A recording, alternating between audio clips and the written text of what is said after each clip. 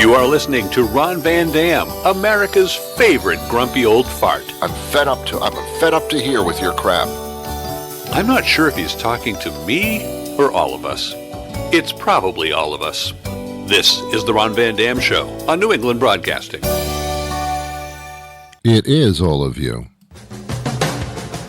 Good morning, good afternoon, good evening, good night.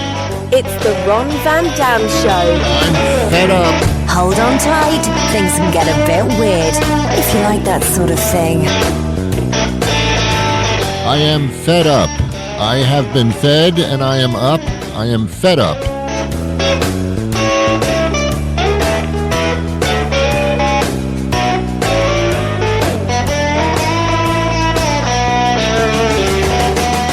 Hey, welcome to the program. It is the Ron Van Dam Show, and I am fed up. Thanks for being here. Make yourself comfortable. I'll be feeding you up in just a second.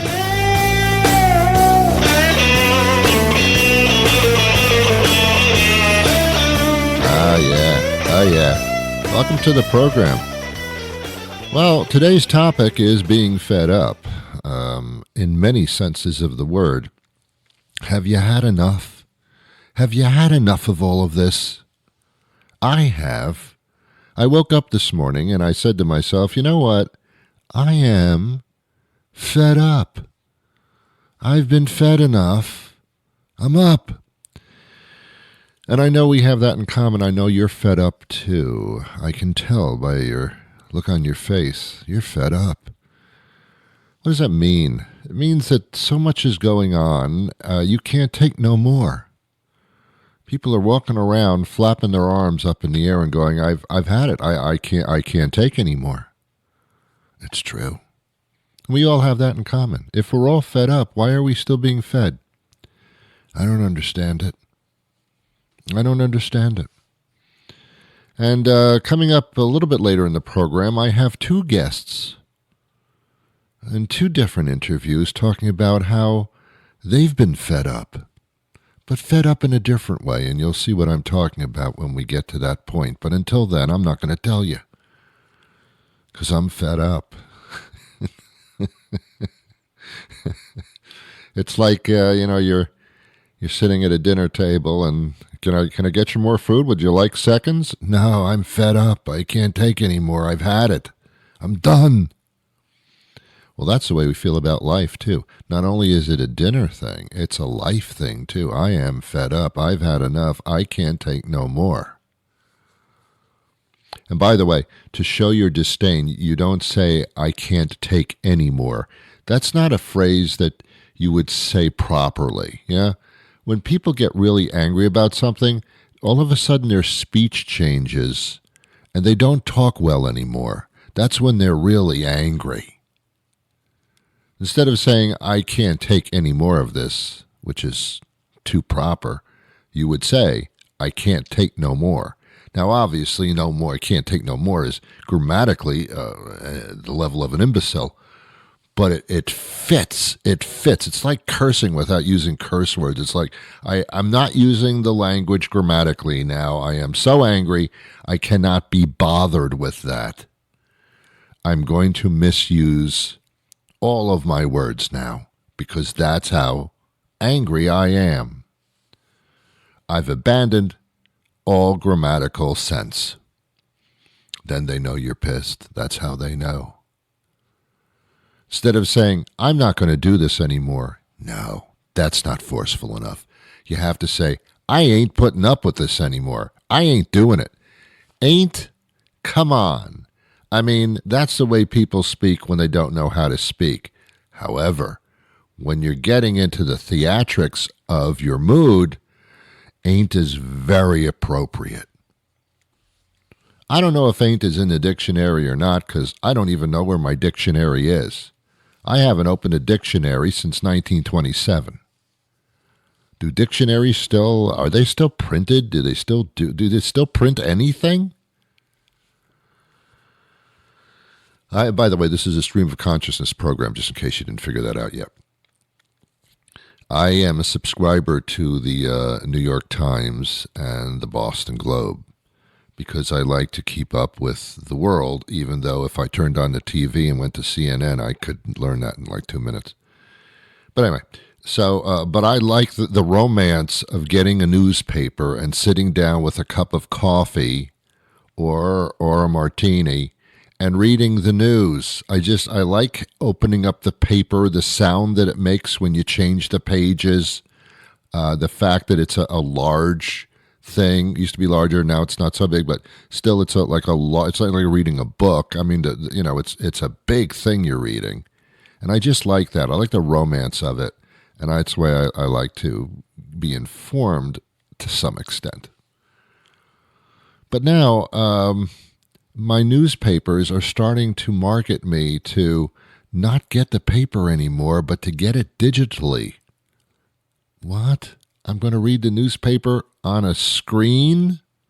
Yeah, Ron, it's what you're supposed to be doing now. We're in a digital world, you asshole. We don't read things anymore on paper. We don't print things out. We store them on things, and we look at them on a screen. I don't want to look at them on a screen. I'm sorry, that's what we're doing now. So would you like to get your digital copy of the newspaper? No, I want it delivered to me, or I'll go get it. I want to sit in the chair with my coffee. Can't you sit in the chair with your coffee and a screen? No. Ron, the world has passed you by. Why can't we have both? Because financially, it's not really a good idea, you see. It's so much cheaper not to deliver the paper to you or to print it out. It's so much easier for you to come to us and just look at our printed screen. No, you don't understand. You don't understand. You're taking away the romance of everything. Around Christmas time, do they still have Christmas, by the way? I wasn't sure. Are they digitally doing Christmas now? Actually, they are. Actually, they are. You don't have to come to church anymore. You can watch it on our closed-circuit streaming channel. What? Yes, pray to God through the cloud, through your streaming. Does God really accept that? Aren't you supposed to show up and put some pants on and go to a church? No, that's so in the past. You're so archaic. No, just stream it on your computer and watch it on the screen, and you can pray that way. You can confess on Zoom. What's going on now? What's going on with this? So around Christmas time, and I think they do still have Christmas, I think they do, people used to have fireplaces, and they still do, but they don't light the fireplaces on Christmas Eve anymore or on Christmas. They turn on the TV, and they go to an app that shows you a burning Yule log in a fireplace. You put that on your TV, and you got yourself your fireplace setting. Digitally, huh? Yeah, it saves, it saves the environment, the smoke, the burning of the logs, and all that kind of stuff. And it's so much easier to do. You just put it on the screen, and there's your. But you don't understand. Yeah, you can do that, but you've lost the romance of life. You have lost the romance of all these things in life by turning them into digital things. When I go to the movies, I see people jumping out of airplanes in the movie, and then you see them falling through the sky. You see cities burning down and being blown up and all this Armageddon stuff. And you see like zillions of zombies running down, well, not running down the street. They just walk slowly, but still. And, that it's in the movies. But then you realize if you just take a second, well, they didn't really stage this. That's all been digitally mastered. It's been digitally created. It didn't really happen. They didn't have the actors falling out of a plane. Nothing like that. It's just a digital thing. They take their face and they digitally put it on top of a thing, an AI, BICIDI. It's taken the romance out of it. One of my favorite films when I was growing up was 2001: A Space Odyssey. 2001? That was more than 20 years ago. I know. Wow. That was an amazing film to me because it was in Cinerama, which means that the screen kind of wrapped around, so you really felt like you were in space.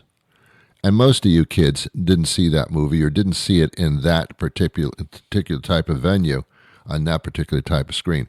It was freaking awesome. It was freaking awesome. But everything in that movie was done with models in a studio, not Playboy models, but models of space things and planets and all that. It was actually in a studio where they actually built the models and manipulated them, and that's why it was an awesome film, because it was like it was the way we were seeing it on the screen.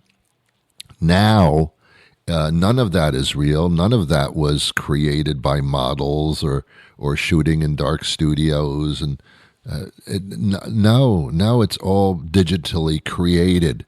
It's not really there. And that, to me, has lost the romance of movie making and of ingenuity, creativity. And now people aren't doing things anymore. Computers are doing them. AI means humans didn't make it up. Machines put things together and came out with these results.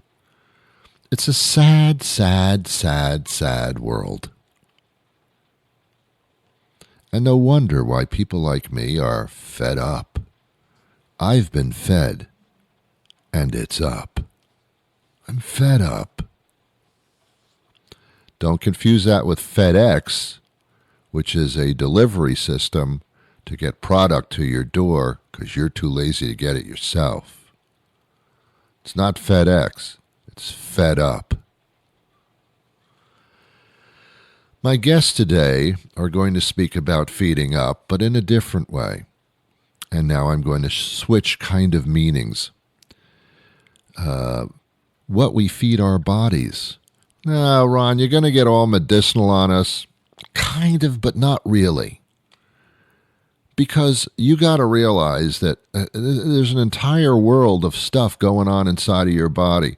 What freaked me out the most, I think, I remember doing an interview about 25 years ago. Oh, I can't imagine that I'm even as old as I am now. But 25 years ago, I did an interview with a doctor that said, Ron, in your eyebrows and eyelashes are microorganisms. What does that mean? Little tiny things are alive. They live on your body 24/7. They're so microscopic and minute, you can't see them, you can't feel them, but there are entire ecosystems in your body. There are microbes in there that clean your gut and keep it stable and keep it balanced. There's living things in there. You're not the only living thing on your body. There are colonies of everything all over your body, in your eyelashes, your eyebrows, as we speak. That freaked me out. It's true, but it still freaked me out. And that's the case. And without these little microorganisms and all over you, and these ecosystems within your body, you wouldn't be living. And that's the difference. So I thought we would explore that today, because it's a way of being fed up. How are you supporting these worlds that are taking place in various parts of your body? Or are we living in somebody's eyebrows? Oh, you're blowing my mind. Don't blow it. Don't blow my mind. First, we're going to take a commercial break, and then we're going to have some incredible people tell us about what's living in our bodies right now, and it's important that it does. But first... You love the great deals at Whatchamacallits, your one-stop shop for that stuff you need. But did you know now you can have lunch there too?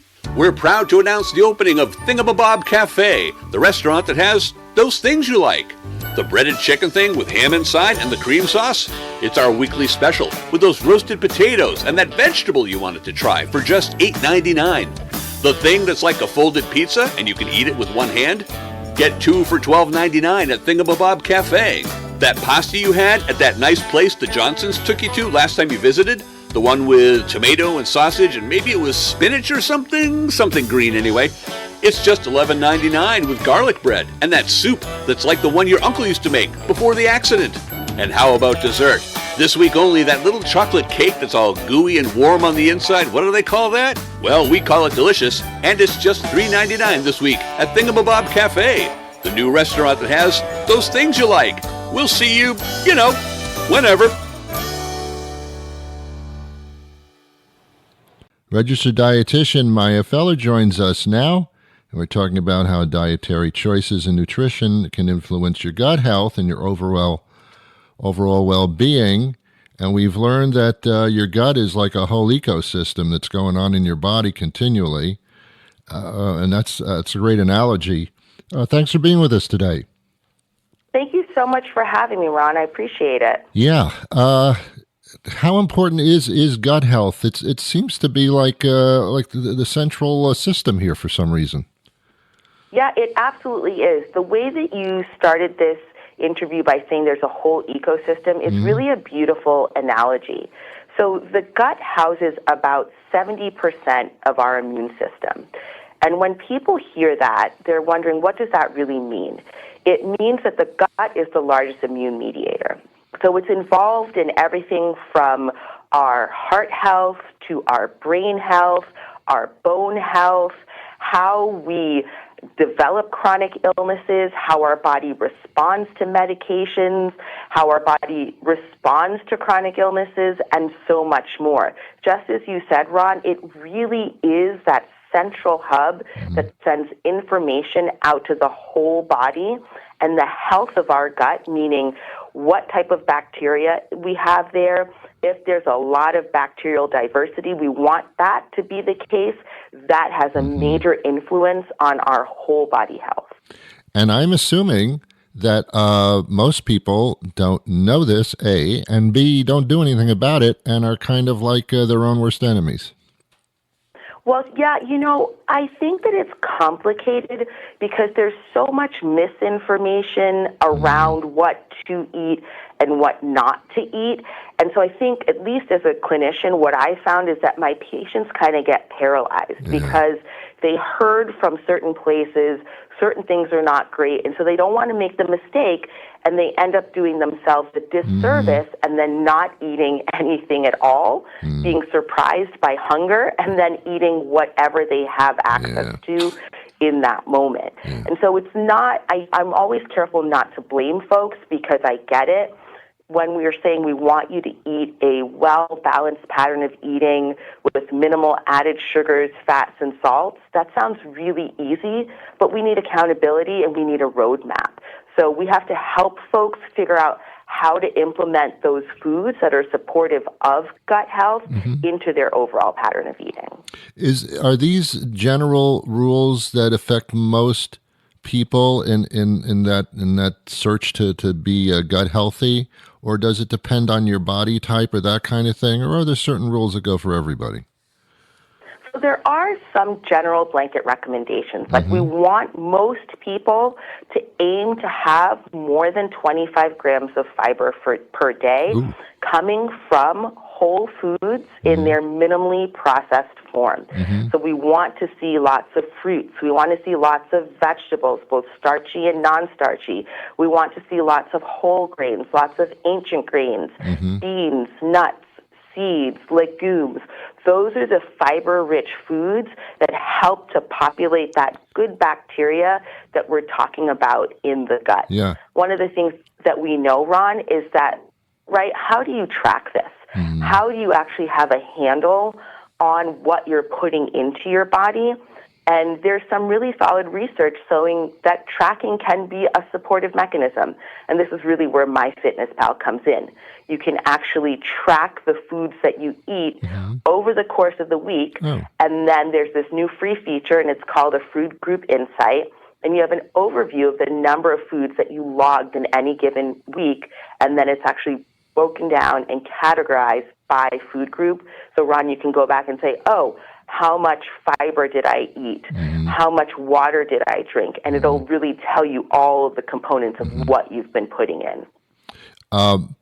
Yeah. And then, it's interesting that people say, okay, I have a salad with vegetables in it, and then they pour this dressing on it that is the fattiest thing in the world with all kinds of sugars in it. Or the same with Diet. Yeah, I had a Diet Coke with 6 McDonald's hamburgers. It's just, it doesn't work like that, right? So what I like to say to people is, as we're eating, I'm very aware that we eat what we have access to, and we eat what we're accustomed to eating. So let's say we're the person that is going to have a burger and a Diet Coke.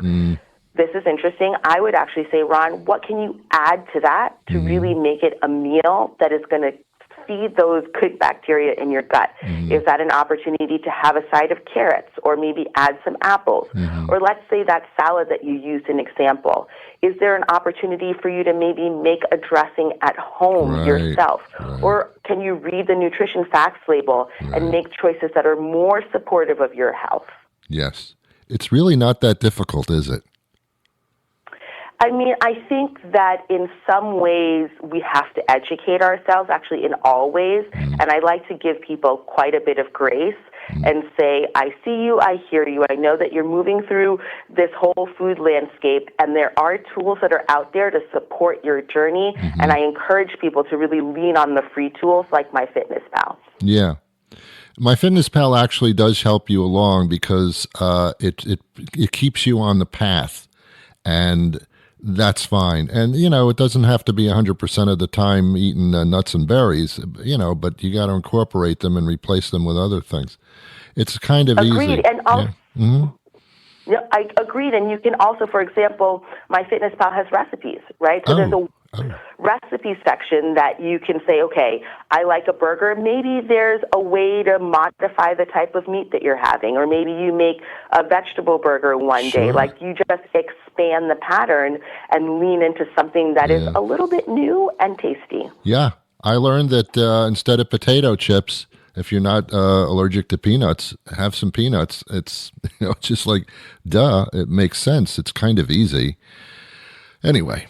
Peanuts are wonderful, Ron. I love them. They're very crunchy, and they can be salty, and it's a great hand-to-mouth snack. Yeah, or you can have them like lightly salted. I mean, there's just, we have all of it in front of us. It's just a question of utilizing it, similar to the MyFitnessPal's gut health plan. It's all there. Just do it. You do feel better. Like, this affects, very quickly, this affects everything, doesn't it? As far as energy, sleep, mood, the whole bit. Absolutely. So what's happening in our gut really regulates all systems within our body. And as you said before, really what I encourage people to do is think about what you can add, right? That's why, like, the Food Group Insights can be such a great tool, because it's coming from the positive. What have you added this week that's supporting your gut health? And you can, just like you said, you can follow that gut health nutrition plan that's on MyFitnessPal, and these are roadmaps that are supportive. Yeah. And just as an aside, if you do follow these plans, you can actually lose weight pretty quickly, too. Just stick to it, and it'll stay off. Anyway, where do I go for that information? So folks can head over to the Apple Store and download the app, or they can go to the Google Play Store and download MyFitnessPal app, or head over to myfitnesspal.com. Perfecto. Thank you so much for your help today. Thank you so much, Ron. Happy eating. Thanks, Maya. Dr. Robert DeMoore joins us. He's a PhD, Vice President Communications and Marketing. And, wow, this is an interesting topic because it involves the human body and not the human body at the same time. We're talking about the endangered ecosystems and about your gut health. One would wonder what the connection might be. Yeah, and couple of months ago, I might have wondered too. But, since Cultural Probiotics approached us with this campaign, I've learned a lot of striking parallels between the ecosystems of the world and the human body. So, just to sort of paint the broad picture, biodiversity is, the diversity and abundance of life on our planet. It's what sustains us. It's what sets Earth apart from Mars. It's why we have any life here at all. Mm-hmm. And the diversity of that life is really what is our first line of defense against emerging disease, climate chaos. It gives us clean air, food, and medicines. But just as we're seeing in the ecosystems of the world, the forests, the grasslands, that wildlife are declining and disappearing. We've lost close to 70% since 1970. We're also seeing that in our gut microbiome, which itself is an ecosystem, where we've seen a loss of nearly half of the microbial diversity over the last 70 years. And our guts are made up of literally trillions of living, breathing bacterial species. So in itself, we have this ecosystem within us. So there's a lot of parallels that we see between what we are, working to protect and restore around the world and what's actually, inside of us. Well, that's the problem, because we all know that ecosystem is declining. We hear about that every year. Some other region of the world is just changing, not for the good. And you're saying that eventually, or as we speak, that's affecting our life abilities. Yeah, I mean, we've seen it, what happens when we sort of destroy and degrade ecosystems. We see what happens when we destroy and degrade forests and grasslands. Yeah. We are exposed and we're vulnerable, because a healthy ecosystem is a resilient ecosystem. Yeah. So as we sort of degrade the diversity of our own internal ecosystems, it's natural that we are lowering our ability to fight disease and lowering our overall sort of wellness and health. Boy, human beings sure have a knack of destroying things, destroying their themselves, basically. It's really the bottom line here. And we're supposed to be smarter than that, but yet it goes the wrong way. It's in a deteriorating state rather than a building state. And I guess that's the sad part. The Global Conservation Nonprofit Foundation, how did that get started?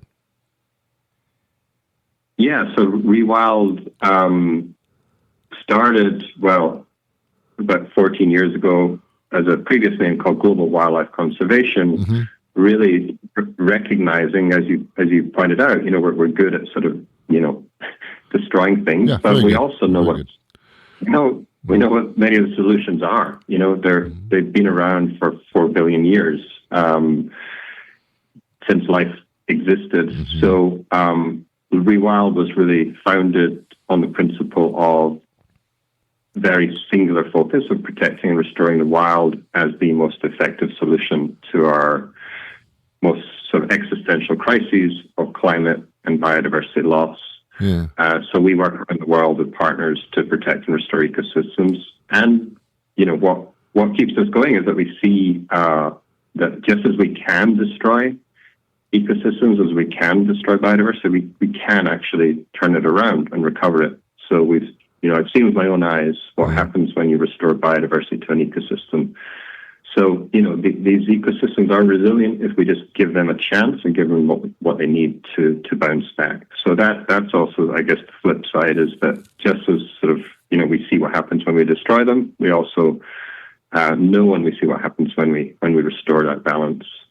Yeah. Well, as many people who have the answers to how to correct things, there are as many people, if not more, that refuse to go along with it.